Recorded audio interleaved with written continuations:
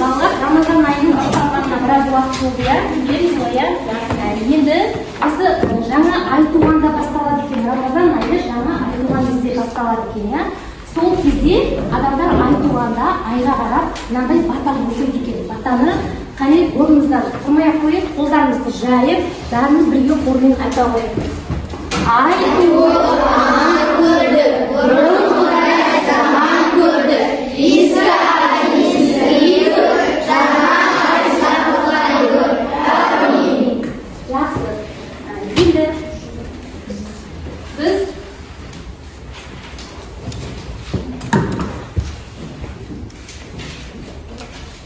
жақсы. Енді сізге қазір алдыңғы білімді қайталау үшін суретті жұмбақтап жіберейік, иә? Тақтада қарап жіберейік. Енді мына суреттен біз не көріп тұрмыз, кім айтады? Қол көтеріп айтамыз, орнымызда айтпаймыз. Айзере айтыңыз. Ғаламшылдар мен планеталар. Так басқаша қалай айтады? Біздің күн жүйесі. Күн жүйесі. Жарайсың, күн жүйесі екен бұл. Қодайлау. Енді атап берекші маған әрқайсысын. Апаймен атап. Меркурий, Шолпан, Жер, Марс, Юпитер, Сатурн, Уран, Нептун, Плутон. Жарайсың. Плутон дейтін. Бар ма қазір балалар? Ішек алып тұршысы?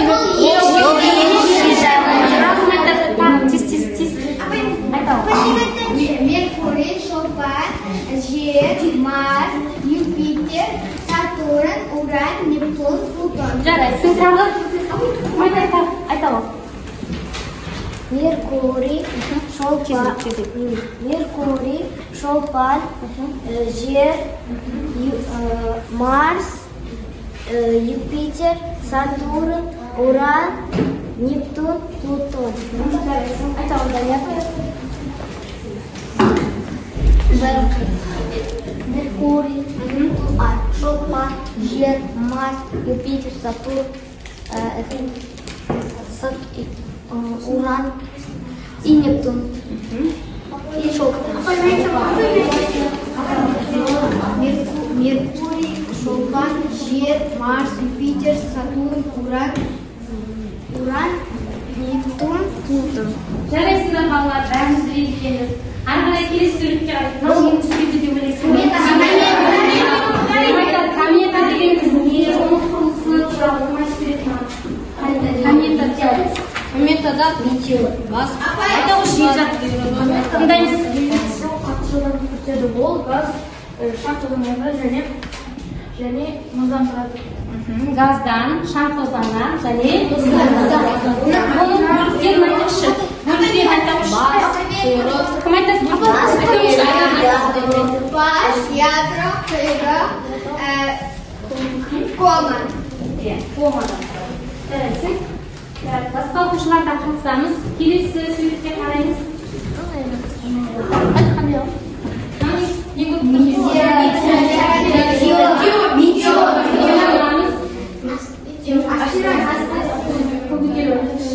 астероид. Айтыңыз, мен айтайын, кім қандай? Олар астероид. Астероидтар, иә? Ол қай жерде орналасқан?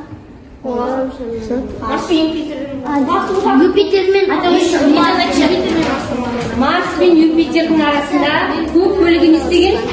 Шоқыраған. Олар бүкіл ғарышта бар. Бірақ көп бөлігі қайда орналасқан? Марс пен Юпитердің арасында. Жарайсың, Елжан. Жақсы, келесі.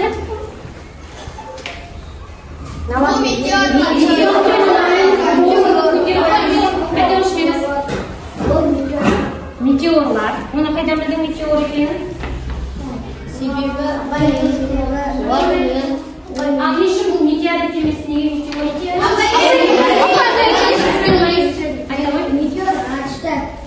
Метеор жерге түссе, ол метеорит болып саналады. Дұрыс айтасың. Жерге түссе метеорит, ғарышта жүрсе ол метеор. Ал метеор жақсы болды. Жарайсыңдар.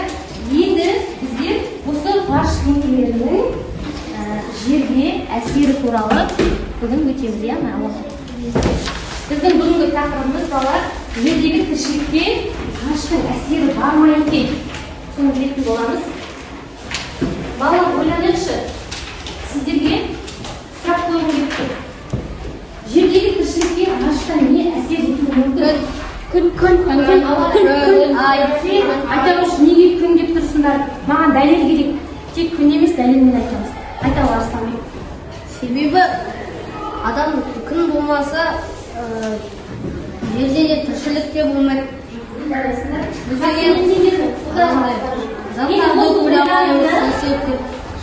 ойларыңды не білемін дегендерге жаза қойыңдар маған. Жердегі тіршілікке ғарыштан бізге не әсер етуі мүмкін?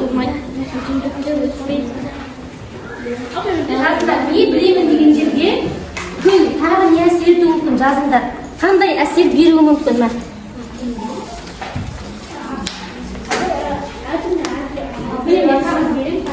Не білемін деген жерді көріп тұрмыз ба, балалар? Иә.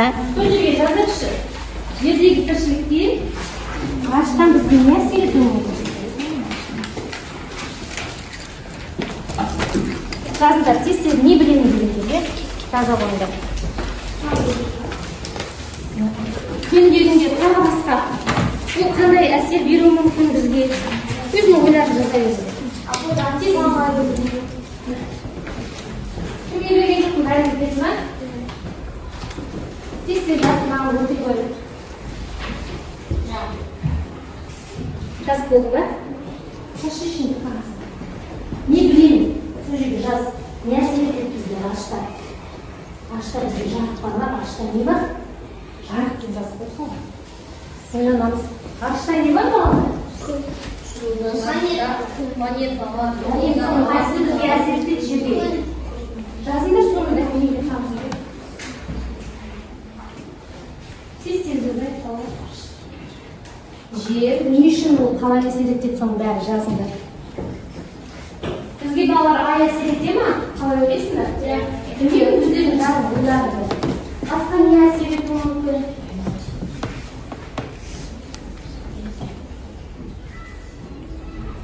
Қане жас болған болып шығар ма? Оқиды.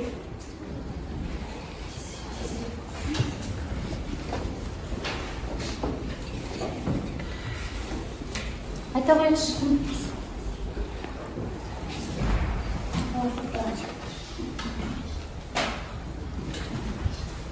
Тез. Кім айтады маған? Қане балалар? Кім оқиды?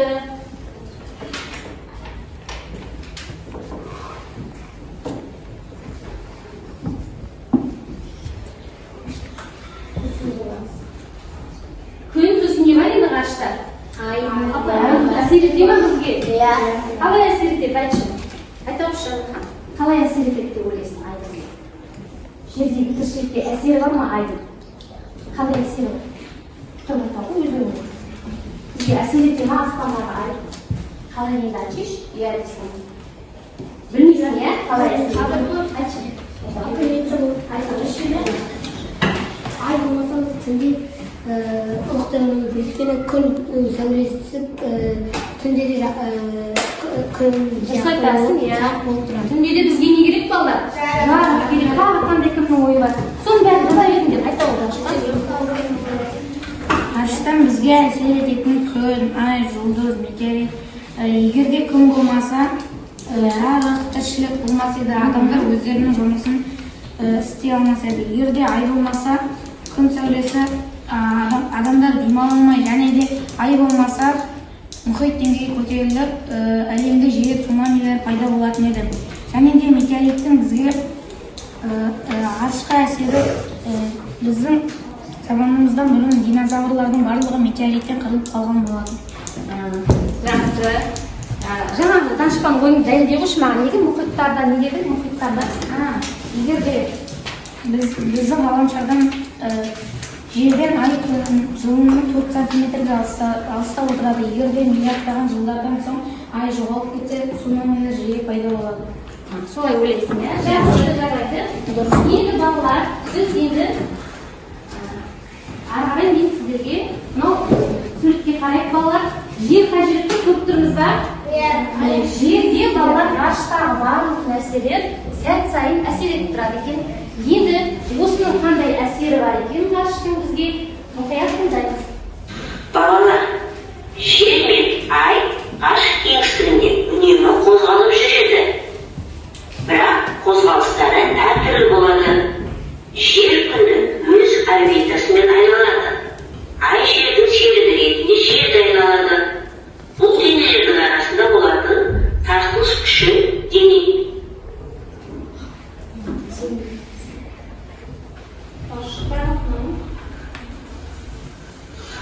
Барлық ғарыш денелері бір-біріне әсер етеді. Күн жұлдыз болғандықтан жарық шығарады. Ол жер мен айға жарық түсіреді. Жер ғаламшарлар күн сәулесін шағылдырады. Ай да күн сәулесін шағылдырады. Күн сәулесін неліктен жердегі тіршіліктің көзі деп атайды? Күн жердегі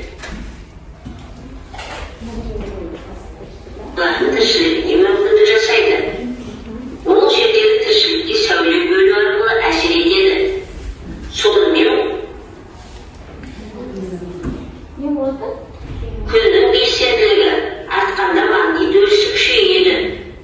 Күннен жерге келетін қысқа толқынды сәулелер байланыстың таралуына кедергі жасайды.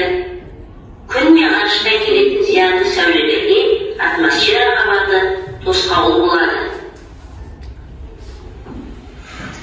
Барлық организмдерді өлтіріп жіберетін күн көпінің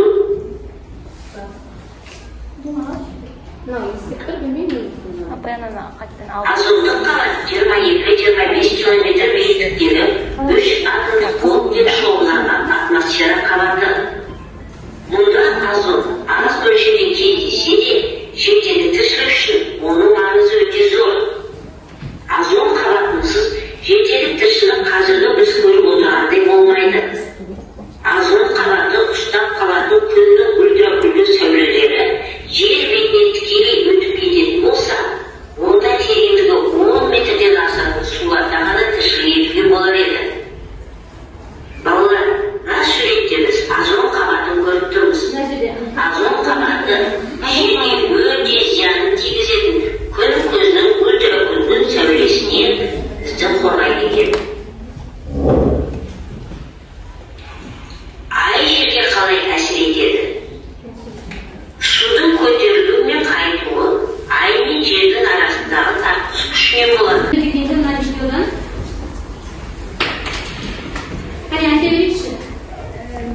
Барлық ғарыштың бір-біріне не болады екен? Орбитасы бар екен, иә? Мысалы, мынау жер өз білігінен айналып тұр, бері қараймыз. Жер айналып тұр, иә? Ай оны не істеп тұр? Орбитасыменен айналып тұр. Ал күн не айналып тұр, балалар? Жер не айналып тұр? Жер күнге айналып тұр, өзінің орбитасынан. Ол неге өзінің есінен шығып кетпейді орбитасынан? Кім айтады? Қалай ойлайсыңдар? Неге шықпайды? Неге мынау ай басқа жаққа кетіп қалмайды, өзінің орбитасымен айналады? Ай бебі? Дұрыс айтасың. Бұлардың бір-біріне несі бар? Тартылыс күштері бар. Сол тартылыс, мысалға жердің тартылыс күшінің арқасында ай не істемейді? Алысқа кетпейді, өзінің орбитасымен айналып жүреді екен. Әрі қарай сосын не түсіндік? Күн не істейді екен бізге? Жарық шығарады.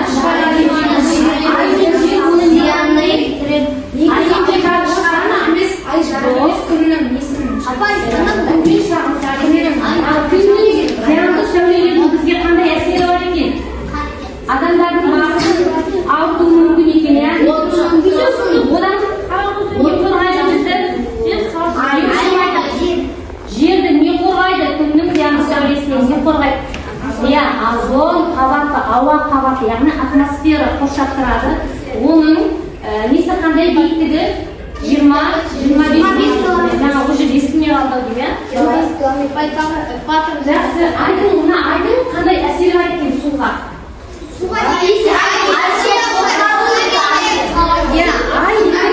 Балалар, тек қана жердің емес, айдың да өзінің тартылатын күші бар, иә? Сондықтан ол жердің бетін өзіне қарай не істеп отырады? Тартып отырады, иә? Жердің бетінде біздің үштен екісінде тұрады балалар.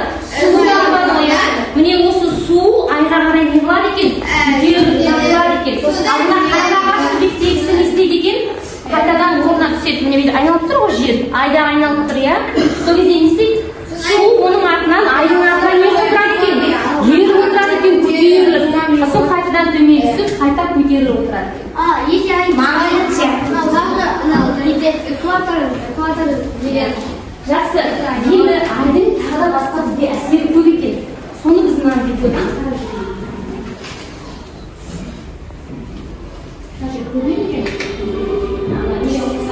айға сырған неге таққан?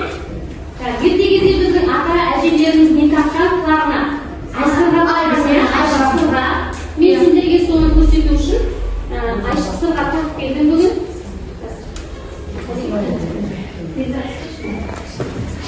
Қатты өткені тәрізді, бірақ дәрігерлер айдың әсері мүмкін десе де медицинада бұл ауру паралич билла деп аталады. Олар нерв жүйесіне суық тиген деп жазады диагнозды. Қызығы, екінші тәжірибе мынандай болды. Айтуғанда шашымды тырнақтарын алдым. Айтылған сайын шаш тырнақ тез өсетінге көзім жетті. Келесі айда шаш тырнағымды айдың 3-ші фазасында, яғни ай жеріне мүшіла бастағанды алдым. Шаш тырнақ 2 жұмадай баяу өседі. Лунный календарь дегенді естігенсіз бе? Жалпы ағаш баубақ шалтырғызғанда ай туып немесе толып келе жатқанда салсаңыз жақсы өседі. Себебі ай қуатымен тез көтеріледі. Ал өлер кезінде не айдың 3-4-ші фазасында ексеңіз әлсіз, қуатсыз болып көтерілуіне біраз уақыт кетеді. Ескерту, бизнесті, жаңа жұмысты ай туғанда бастаңыз. Берекесі болады. Себастьян Бах айға қарап әуендерін шығаратын. Ай Бахқа музыка берді. Бірақ құлағы мен көзінің жанарын алды. Бах саңырау және көзінің айқын өлді. Бетховеннің өзі лунная сонатаны айға қарап жазып, аяға саңырауға айналды. Қазіргі ағылшын суретшісі Ли Харвин ай ауруына шалдыққан. Жастайынан айға қарап ұйықтайтын. Ол түнде тұр, ұйқылы түнде сурет салады. Ұйқылы суретші деп атайтын Лидің суреттері мүлде басқа галактиканікі деп айтуға болады. Біздің ата-бабаларымыз айдың қарсылығын жақсы білген. Сол себептен айдан қорғану үшін мынандай іс-шаралар істеген. Ай сырға таққан, ай көріп әулетіме тиіспейді деп арандаған. Балалардың аттарын айтуған, айдың құралы ай, айбар, ай сұлу, айбек, толған ай, айқара, ай жарық, ай гүл тағы басқа ай атымен атаса, ай тиіспейді деп жорған. Ай туғанда айға бата берген. Есірте жаңа ай жарылға деді. Ай туғанда әжелеріміз қыз-келіншектер бастарына орамал киіп, айға сәлем салған. Ай туралы тиым сөздер ұрпаққа үйретіп отырған. Айға қарап дәрет сындырма, айға қолыңды шошайтма, айға қарап телмірме тағы да басқа. Аңыз әңгімелер, дастандар, ертегілер, өлеңдерде, мифтерде де айды тек мақтаған, ешқашан жаман айтпаған, қадірі тиеді. Ай тұрғаннан кейін ұйықтауға рұқсат берген. Ай ұйықтаған адамның бетіне түспесін деп қатты ескертіп, жастардың құлағына құйып отырған. Қылышты қынапқа, пышақты қонышқа, балтаны сапаға салу керектігін қатты бақылаған себебі ай қайралғанның жүзін жеп қояды. Міне ай сырған кішінен бастап үлкен ана әжелеріміз құлағынан тастамай алтыннан таққан. Ай сырға таққанға ай тимейді деген. Әшекей бұйымдардың тылсым құпия сырлары кітабынан үзінді. Авторы Ешмағамбетов. Ұрпаққа үйретіңіз. Ол ата-баба салты. Өте маңызды. Жақсы, балалар неге таққан екен, кім айтады? Ауыр болу үшін. Айта көрші. Аяқ қолын шошайтпау керек. Аяқ қолын шошайтпауымыз керек.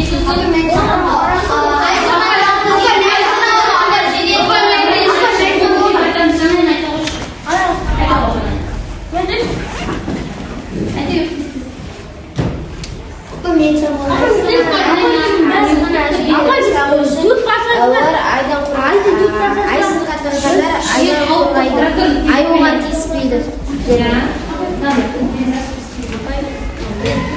Айдың 4 фазасы. Апай, менде 4 фазасы бар. Тағы, отырағы. Әжелер неге мынау тақымды? Менен андай жақсы деп айтты. Яғни не істеу үшін айдың жаман әсерінен қорғану үшін таққан екен. Тағы не үшін таққан? Айдың қандай әсері бар екен бізге? Айдың беті жуан екен. Ай дегеніміз қайралғанның жүзін жеп қояды екен, балалар. Оның көп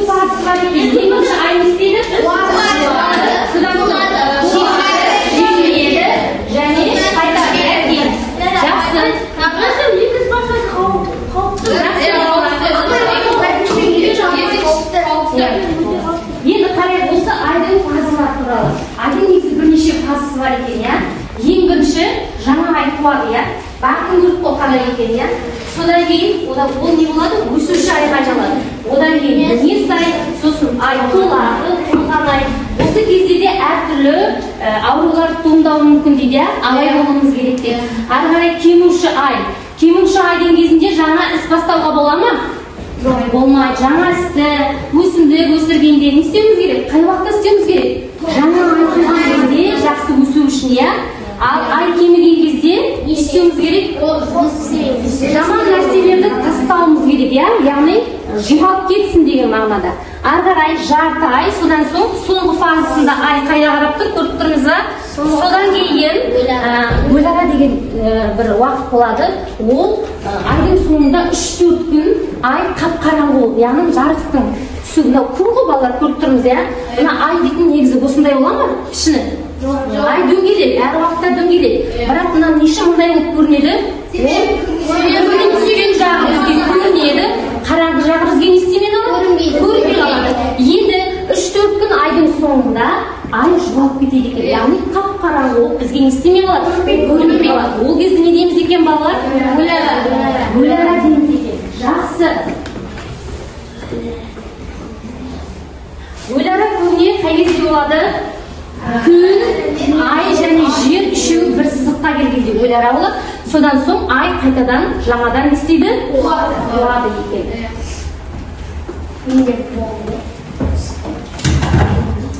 Міне балалар, өлараның кезінде ай қандай болып тұрады? Жарық жағы күнге қарап тұрады, қараңғы жағы неге қарап тұрады? Жерге. Сондықтан бізге ай не қылмайды? Көрінбейді. Яғни күнде тастамайды болады. Еш нәрсе не қылмайды балалар? Бізге көрінбейді, жарық болмай қалады. Неге бөлінеді? Зиянды сәулелер бөлінеді. Одан бізді не қорғайды? Азонға қорғайды. Айдың бізге әсері қандай?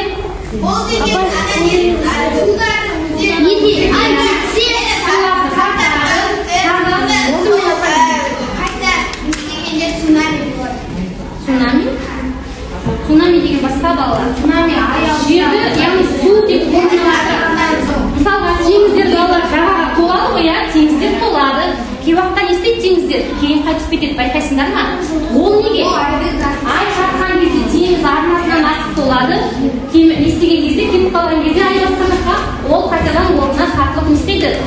Барады. Міне солын айтып тұрған. Мана ана жерде сурет ашылмай қалды. Екінші жұмыс парағы. Енді бізге айдың 4 фазасын салуымыз керек. Дәптеріңізде тұр 48 жұмыс парағында, иә? Қарандаштарыңды алып тез-тез сала қойыңдар. Тез-тез. 48 жұмыс парағын аша қойыңдар. Аш. Нәбетті көрдік та, айдың фазасы. Тақтаға кім шығады қане? Бірінші фаза қандай болады? Ай қандай болады? Ай туады. Бірінші. Аслан бекпеде ғой. Дәптерге тез-тез орындай қойып балалар. Ай салау. Ай туғанда қандай болады? Суретін салау. Тез-тез. Балалар қарындашпен жылдам. Жеңішке осал. Ай туғанда өте жіңішке болады. Үшкір ұлшы ешпасын. Иә. Отыра қой жақсы. Келесі екінші кезең. Мынау бірінші кезең, иә? Бірінші фаза. Екінші фаза қалай болады? Сәліп келе ғой.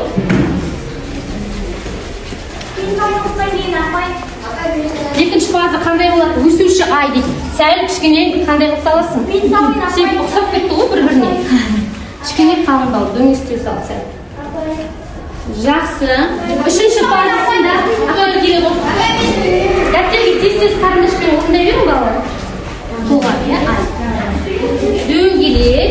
Төртінші фазасы қандай болады? Айзере келе ғой.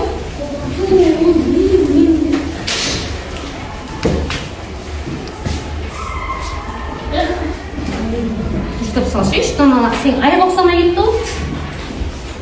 Бүйтіп саламаймыз ба? Айды бүйтіп күшті ғой. Екіншісі дейді. Ай қаяққа қарайды балалар? Төртінші фазада. Дұрыстап саламайды екесіңдер. Бүйтіп саламшы, мен әдемелеп. Бұра жерді де мен мынаны. Үшкір ұлтылай салмайды. Айға ұқсамай кетті, айға. Болды, дәптерге орындадық па балалар? Міне осыны сала ғой. Әрі қарай кеттік.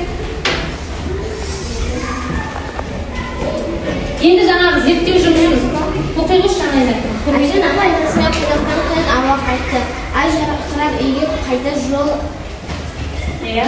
Ағайындар анық көрінді. Ай неге жарық, ол салқын дене емес пе деп ойлады. Ай неге салқын дене бола тұра бізге жарық болып көрінеді. Күнде айдан үйіне қайтты ата-анасымен қонақтан, иә? Жол көрініп тұр, жап-жарық болып, ай жарқырап тұр. Неге ай жарық, ай дейтін салқын дене ғой балалар, жанып тұрған күн сияқты дене емес. Неге? Күнді қане жасап көрейік.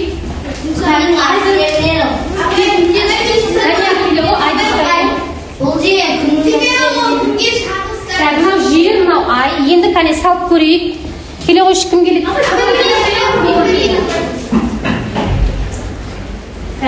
Айға саламыз, жарықты айға түсіреміз қане. Балалар, айды қараңызшы, жарқырап тұр ма? Негізінде ол қандай дене? Салқын дене, бірақ күн жарық түсіргенде ай не істеп тұр? Күннің әсерінен не істеп тұр? Көрдік па балалар? Яғни соның жарығы бізге неге түседі екен? Жерге түседі екен. Жарайсыңдар, отыралық.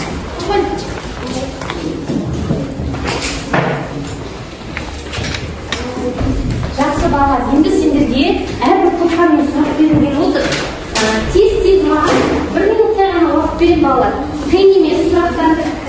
Бірінші топқа сұрақ. Анаға жазасыңдар.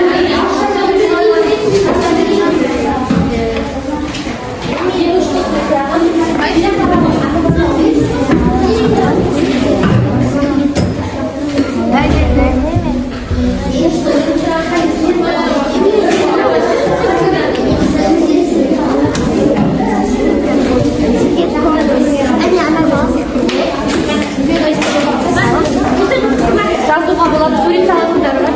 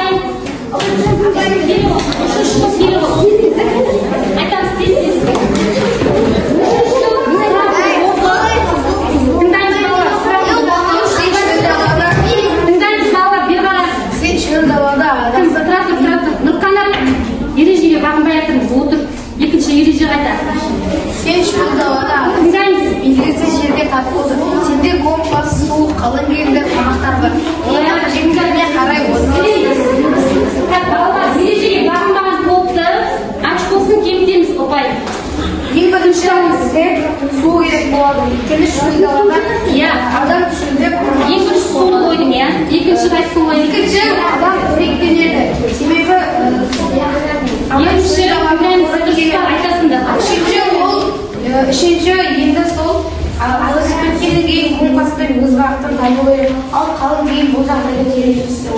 Одан кейін деген істеу керек. Төртінші Одан сайын солай ма? Қалай ойлаймыз? Дұрыс па? Ең бірінші су керек дейді шөл далада. Одан кейін барып тамақ керек дейді. Сосын барып не керек? Компас керек, сосын барып қалың киім керек дейді. Қалай ойлайсыңдар? себебі апай анандай Дұрыс па айтып тұрғаны? апай қалың киім керек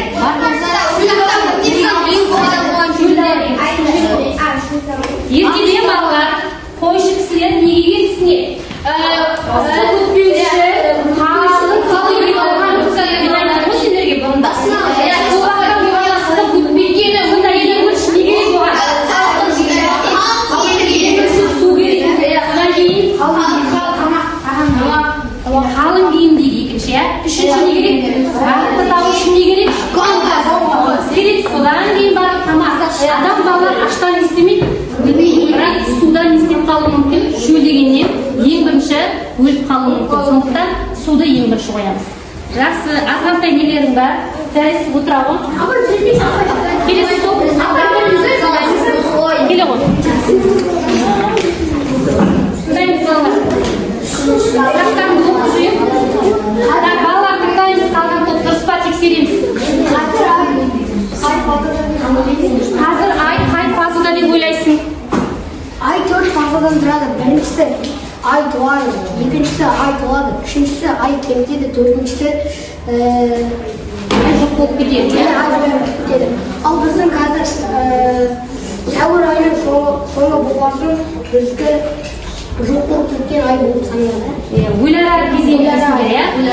Негізінде балалар өлараға жақын, бірақ енді өлара жақындап келатыр. Енді өлара дәл емес, бірақ азғантай не істеп тұр? Соған жақындап келе жатыр екен. Жарайсың. Балалар айдың негізінде өзінің календары бар. Отыра ғой. Келесі келе ғой. Кетеш қасына келе шақырып тұр екен.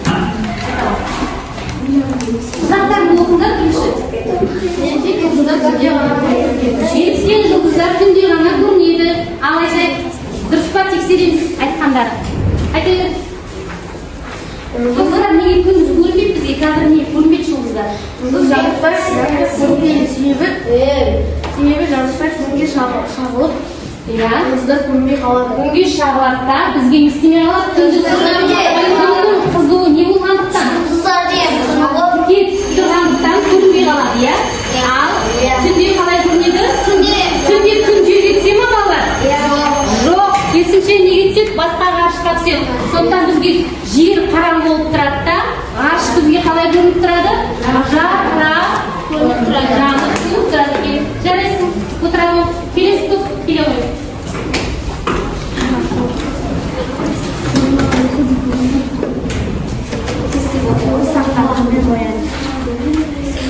Қатты оқыш. Күн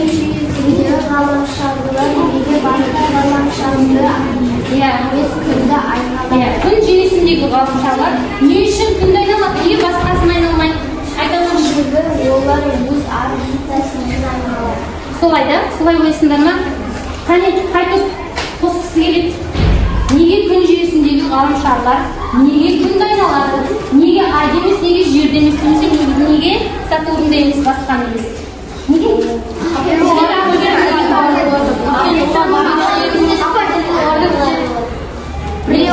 Қалай дейсіңдер? Өздерінің орбитасы болады. Неге енді орбита қайдан пайда болды? Маған айтты орбита. Күннің несінен пайда болды? Күн өте алып жұлдыз екен балалар. Өте алып. Оның үлкендігі басқа ғаламшарлардан асып кетеді. Сондықтан оның парылыс күші басқаларына қарағанда қандай? Сондықтан басқалар не істейді мұны? Соның айналасынан шыға алмай не істеп жүреді екен? Айналып жүреді екен. Кішкене аздап ойлану керек еді балалар. Молдыққа бағып қош.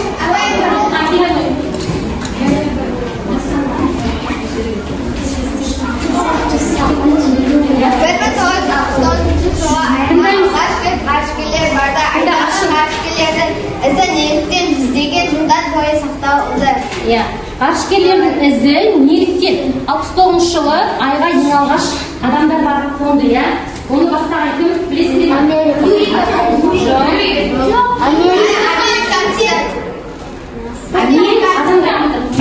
Американецтер, иә, не Армстронг деген адамдар, иә, иә. Олар не істеді? Жерде айдың бетінде не сығалды олар? Сығалды олар Американың туын тікті, иә. Аполлон деген ғарыш кемесімен ұшып барды. Енді не үшін олардың іздері әлі күнге жатыр? Ол неге кетпейді? Айдың кейбір жерлері жабысқақ болғаннан, жұмсақ болғаннан Жастық екен қайда білдің? Бала қалай ойлайсыңдар? Дұрыс айтып тұр ма? Айдың беті жабысқақ дейді. Солай ма?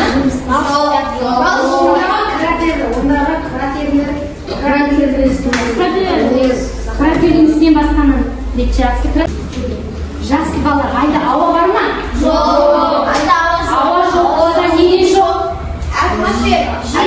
Жер де жоқ. Яғни су да жоқ айда, иә, оны бітіресің. Жаңбыр да жаумайды. Сондықтан не істемейді? Ол жақта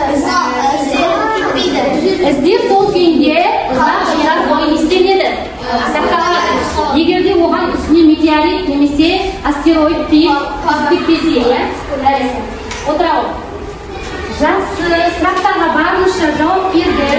Енді балалар, бүгінгі сабақта қорытындылайық балалар. Біз мана не білдім дегенге, не жаздық, не білемін дегенге. Күн аспанда жарық береді дедік, иә, тек қана. Ай бізге түнде жарық қылады. Енді біз не білдік сабақта? Сол жазайықшы ортаға. Не үйрендік сабақтан? Суатқа кетіндерге бағылайық. Әркімнің сынамаласы үстіне ақшындерін жазыңдар. Бүгін сабақта не білдік, соны жазамыз. Ортаға жазамыз, ортаға. Әрбір оқушы өзінің ақшының үстіне жазсын. Бүгінгі сабақта не білдік?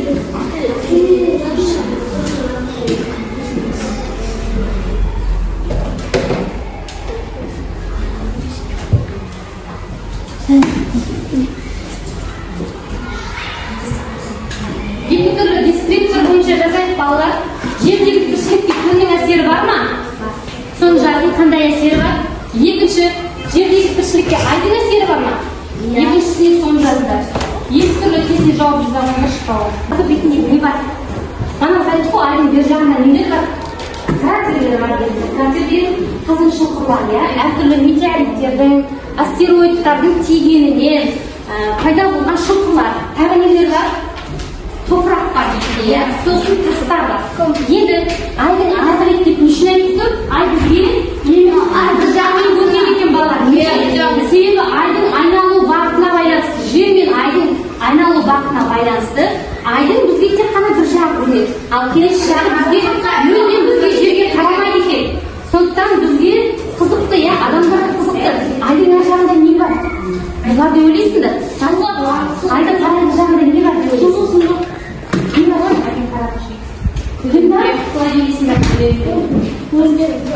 Астероидтар бар деп біреу айтады. Айдың қараңғы жағында не бар? Жұлдыздар бар, жақсы тағы.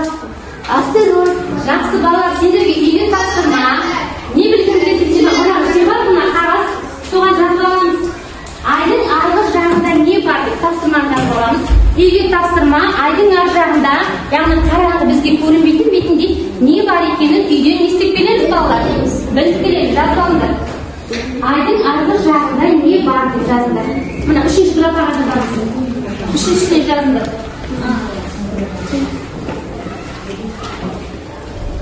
Тапсырма түсінікті ма балалар? Үйден естіп келеміз екен, айдың ар жағында не бар екенін біліп келеміз. Сабақ аяқталды.